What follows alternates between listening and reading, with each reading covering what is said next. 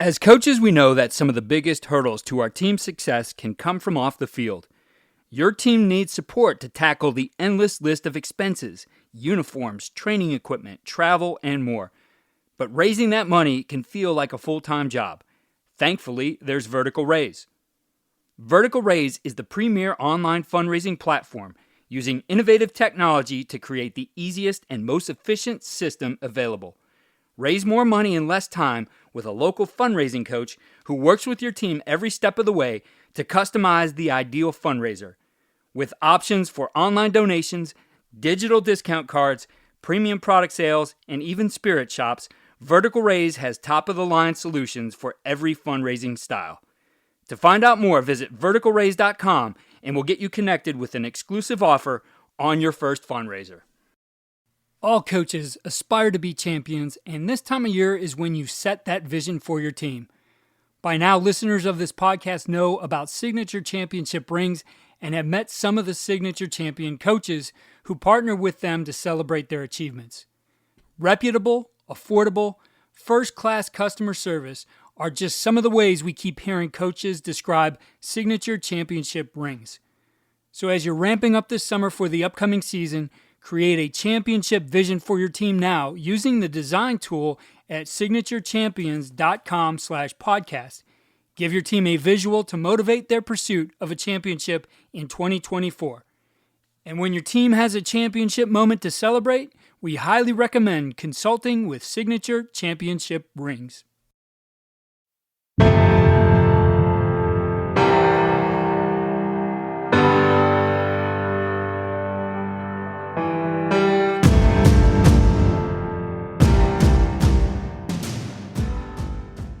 But just the overall urgency, attention to detail, and those things, that's kind of what I learned the most and things that I take with me. Because, I mean, if you got those two things, you can be successful in most things that you do. Today's episode of Coach and Coordinators presented by our partner Vertical Raise, the premier digital fundraising platform for coaches. Vertical Raise is dedicated to helping your teams and organizations reach new heights by simplifying the fundraising process and maximizing your campaign's success. In this episode, I sit down with A.J. Howard, a promising young coach whose career began with the New England Patriots shortly after his stint as a player. A.J., who holds a Super Bowl ring from the 2018-2019 season, shares insight from his journey, including his transition from player to scout and the invaluable lessons he learned from the Patriots organization.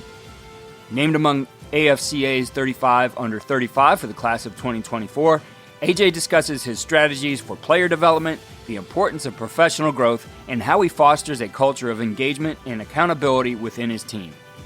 He shares his App State experiences, off-season visits to top programs, and his unwavering commitment to the game. Stay tuned for our Winning Edge takeaways following the episode.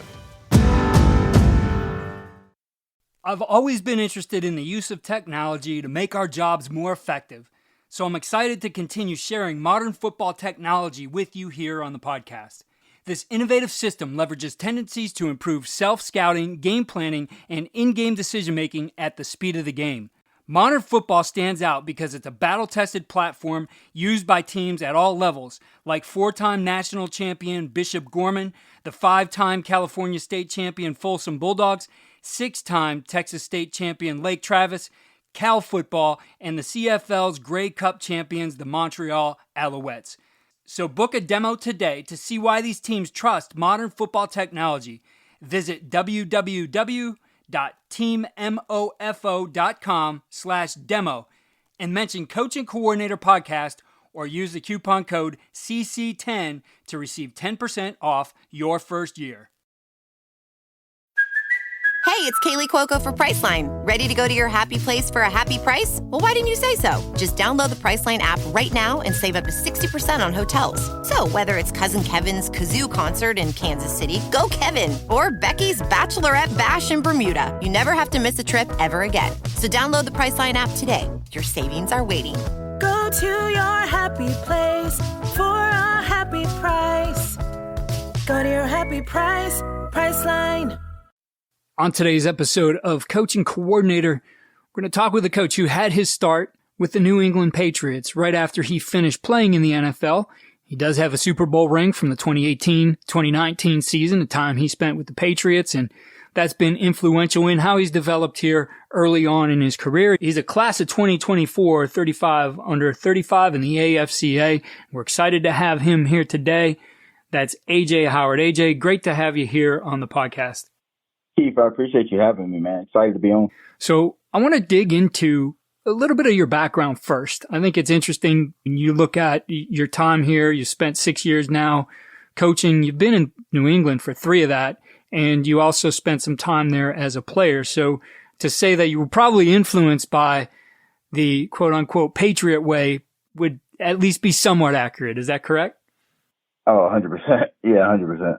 So in looking at that experience, I mean, what are the things you took away that now as you look at yourself as a coach, you see those things in the way that your approach to the game right now?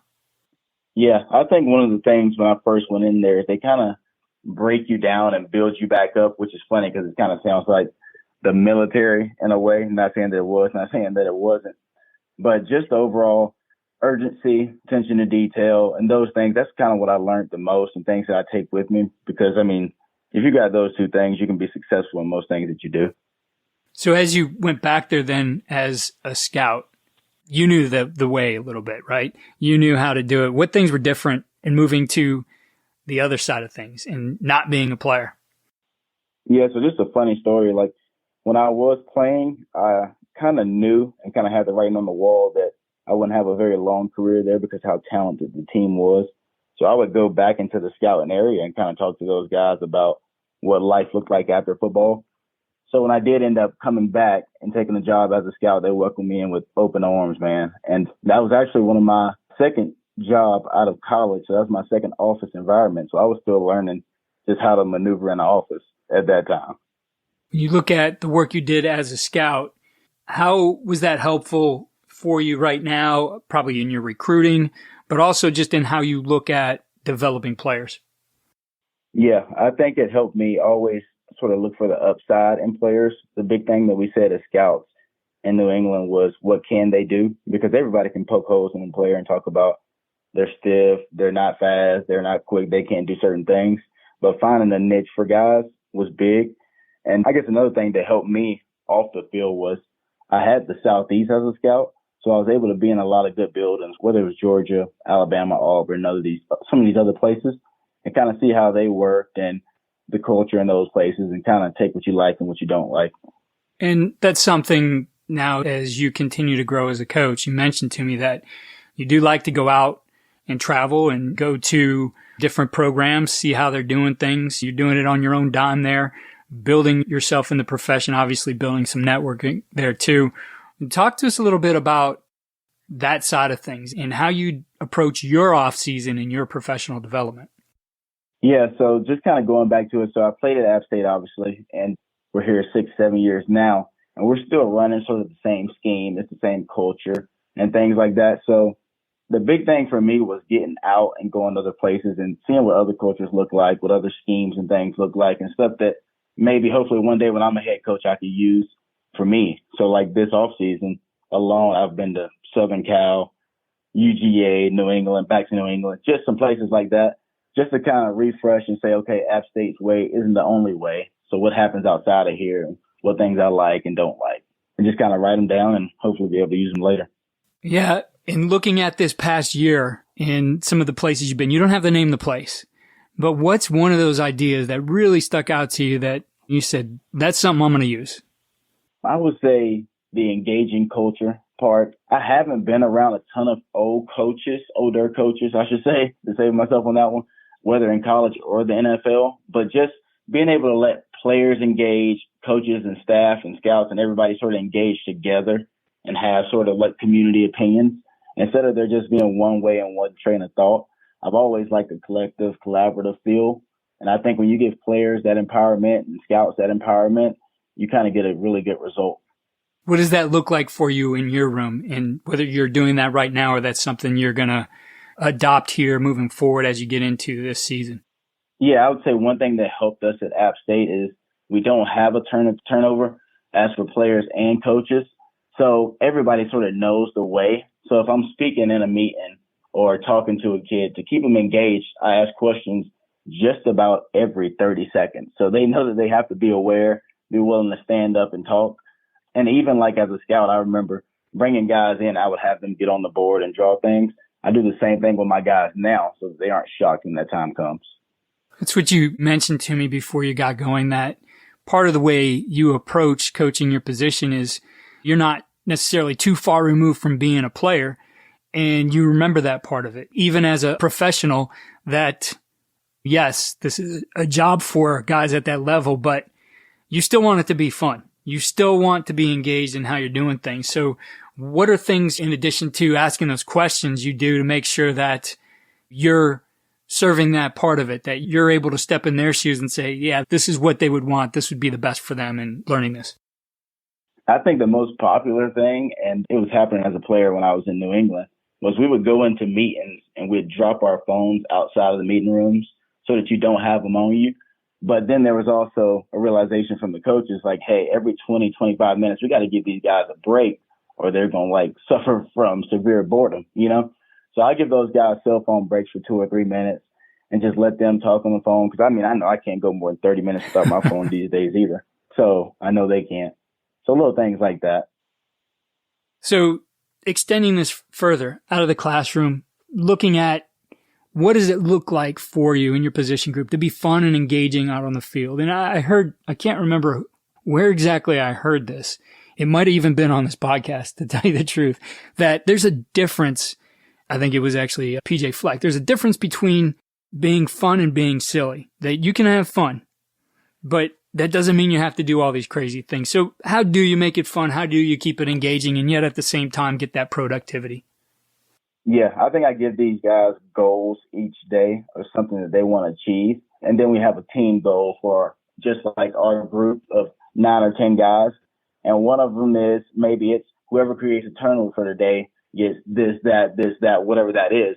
And then there's also, when we come up at the end, how many missed assignments did we have? If everybody in the group says 1, there's 5 push-ups for each missed assignment that we may have had. So there's sort of that, you get a reward on one end, but also we have to like also know that we didn't do everything right and that there is consequences for mistakes. And I mean, it's fun for them guys to challenge themselves on who had the least mistakes, who had the most havoc and things like that. When you look at the evaluation part, I think this is something that needs to be done well. And I think the sense of urgency for it is probably even more and more today, as there's always that allure for the players when things maybe aren't going their way or they don't feel they're part of things. They don't see that somebody's looking out for their best interests. They think they have options, jump in the portal, whatever it might be. How do you make sure that you're doing evaluation well, that you're giving these guys feedback so they can continue to grow, whether they're starter or the guy who's 5th on the depth chart?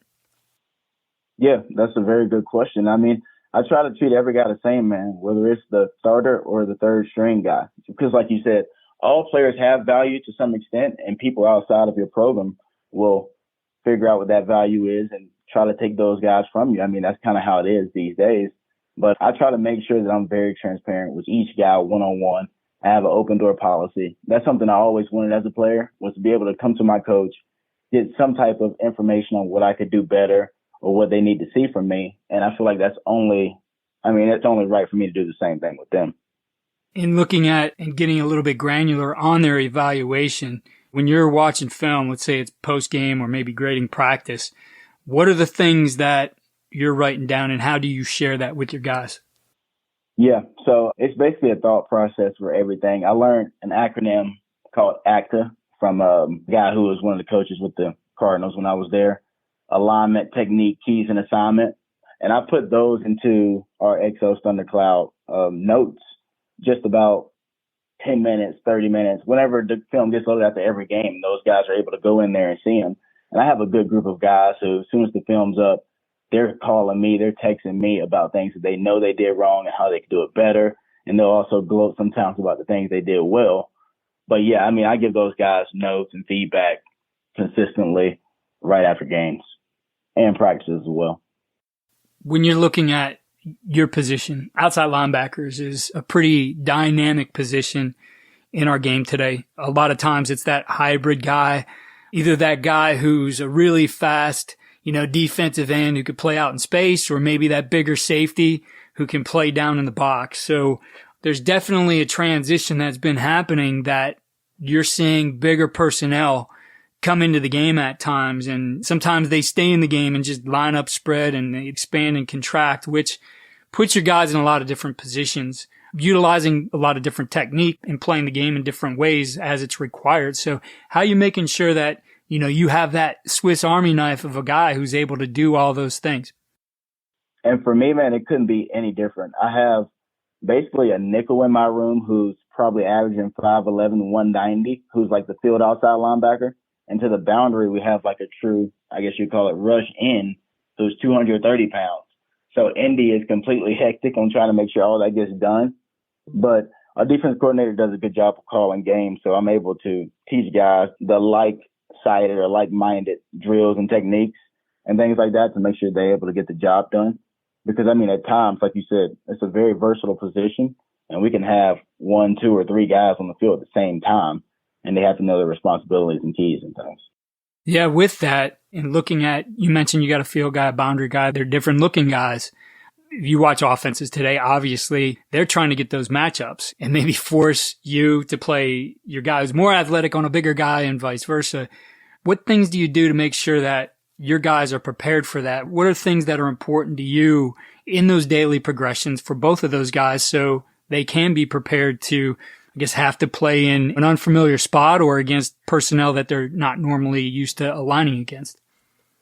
Yeah, I think just a ton of film study and also on the field, being intentional and just moving those guys around in spots, obviously, if they're mentally able to handle it, just because it puts you in different situations. So that may look like throwing the boundary outside linebacker to the field and maybe not having them play man coverage, but still be able to process zones, blitzing from the field and how certain things change in the pace of the game there. And I go back to film study. Like I pull clips all the time of NFL guys, college guys, whether it's the Michigans or people who are just doing stuff really consistently well and showing them just how guys can play in different areas and create value for themselves. Yeah, I think that's a very useful way of doing it. When you get outside of your own team and showing them even NFL film, I know there's a lot of different things just because of the way the field works out, the differences there. Everything's pretty much in the middle of the field. Right. But I think guys like that. They like to see other people doing it, especially at a higher level. So, it becomes aspirational. They want to be like those guys. No doubt. And I hate to keep going back to like how it was for me as a player, but I used to love to see an NFL tape pop up or like maybe a bigger program pop up and just see that those guys are doing some of the same things as us. And we're just trying to figure out how we can do it as good, if not better. So I know you probably have your own recruiting area, but outside linebackers tape going to come across your desk all the time. What are the things you're looking for in a player? Obviously you're in the portal, but the high school player out there, we got a lot of high school coaches who listen. What do you like to see developed in those guys or skills that you like to see regardless of, you say you got guys different sizes, the rush in type and the nickel type? Yeah, I'd say for the field nickel type, we don't play a ton of man, but I like to see a guy that can run really well just in case we do have those matchups in the slot and we're able to feel good about it. Instinctive guys, because we do play a good bit of zone coverage, who are able to process, get off the spot and close really fast, and then just really good open field tacklers. It's kind of what you need at that spot. And with the rush in, man, somebody who can get off the ball very quickly, get off the ball fast and stretch tackles, and that have some type of go-to move already. Because you have to develop those guys, but like you said, these days, things are moving fast. There's lesser time to develop. So they need to have some type of attribute that they can bring to the table. One is speed. One's a good pass rush move. And things like counter rushes and things like that you can teach. But, speed, instinct, smart players, we can't get enough of those. What's the one intangible that you're always looking for, whether that guy's a transfer or whether he's coming out of high school? What's something you got to see when you're talking to that guy, you're getting a sense for him, you're hearing other people talk about him? What's that one intangible that'll make a difference to you? It's got to be a guy that loves football at the end of the day because, here at App State especially, we're on a mountain where it's your teammates and it's football and it's school. That's it. It's not a lot else going on. So you have to basically live for camp. You got to live for practice. You got to live for game days and love what you do. And that's what you can kind of see with some guys, whether they love the game or not. I think that's pretty easy to sniff out early. And those are the guys who are usually successful here. It's obvious you love the game. You have a passion for it. It's something you didn't want to leave. As you said, you saw maybe the handwriting on the wall and said, well, okay, I'm going to talk to these scouts and learn a way to stay in this game. As you continue on, what's an important piece of advice, I guess, that you would relay to other young coaches out there about just this game and I guess your continued growth in it? I'd say the biggest piece of advice I would have is just to never feel like you've arrived. That's one thing. I mean, I feel like I learned early on, but definitely as a scout when I got back to New England the second time in 2021 was even though I had got crowned the Southeast Scout and that was like a big deal amongst area scouts and things like that, it was very known by Coach Belichick and the rest of the staff to not let you feel like you've arrived. I've also got a funny story, man. This is funny if I can go off on this one. There's a parking lot there and I was just crowned like the Southeast Area Scout and all that good stuff. And I parked on like the second row of that lot and there's probably 5 rows to it. And the director of college scouting came to me one day before I left. He was like, hey man, is that your car at the second row? I was like, yeah, that's me. He was like, yeah, don't do that ever again. So after that, I parked in the back parking lot and took my walk in the cold every day. So they don't let you feel that way when you're on the other side of it either, right? There's some work to do. No doubt. And everything gets noticed, man. Everything matters. I know it's cliche, but literally everything matters. And that's how I approach every day. Well, AJ, it was great to have you here on the podcast. I appreciate you spending time with us and certainly best of luck to you and the Mountaineers here in 2024. I appreciate it, Keith, and appreciate what you're doing. This is an awesome podcast. Here are winning edge takeaways and ideas for implementation. 1. Embrace continuous learning and networking. Coach Howard stresses the importance of visiting different programs during the offseason to observe and learn from their cultures and schemes. This broadens your perspective and helps build a robust professional network. Invest in your professional development by seeking opportunities to learn from others, even on your own time and dime. 2. Focus on player engagement and development. Coach Howard emphasizes creating an engaging and collaborative environment for players. Practices like asking players questions during meetings, offering breaks to prevent burnout, and involving players in discussions are crucial. Strive to foster a culture where players feel valued, heard, and motivated, leading to better performance and team cohesion. And 3, never feel like you've arrived and stay humble. Despite his achievements, Coach Howard highlighted the importance of not becoming complacent. His story about being reminded to park in the back lot despite his new title is a humbling reminder that there's always more to learn and achieve. Maintain a mindset of continuous improvement and humility, understanding that every day is an opportunity to grow and contribute to your team's success. By incorporating these principles, you can enhance your effectiveness, foster a positive team environment, and sustain long-term career growth. Learn more about our partner, Vertical Raise. Elevate your program's online fundraising to new heights. Use Vertical Raise's online fundraising system and raise more money in less time. Vertical Raise has multiple fundraising solutions to fit all your program's needs. They leverage best-in-class technology, texting and email deliverability, and have an in-person local fundraising coach who can walk your team through every step of the process. Link to Vertical Raise is in the show notes. Be sure to check out the 10% Toolkit. The 10% Toolkit shares the latest and greatest products and services available in the coaching marketplace. Explore these pages for helpful tips, a winning edge, and special promotions for Coach and Coordinator podcast listeners. The link to the 10% Toolkit is in the show notes. Be sure to sign up for our weekly newsletter. Every Tuesday morning, we email out our weekly tip sheet newsletter, the best ideas from recent Coach and Coordinator podcast episodes, as well as additional coaching development resources and recommendations sourced specifically for the 10% Coach. The link to sign up for the newsletter is in the show notes. Thank you for supporting the podcast. Be sure to go to your favorite app for listening and rate and review. It helps more coaches find us and ultimately helps our game. Follow us on X at Coach K. Grabowski.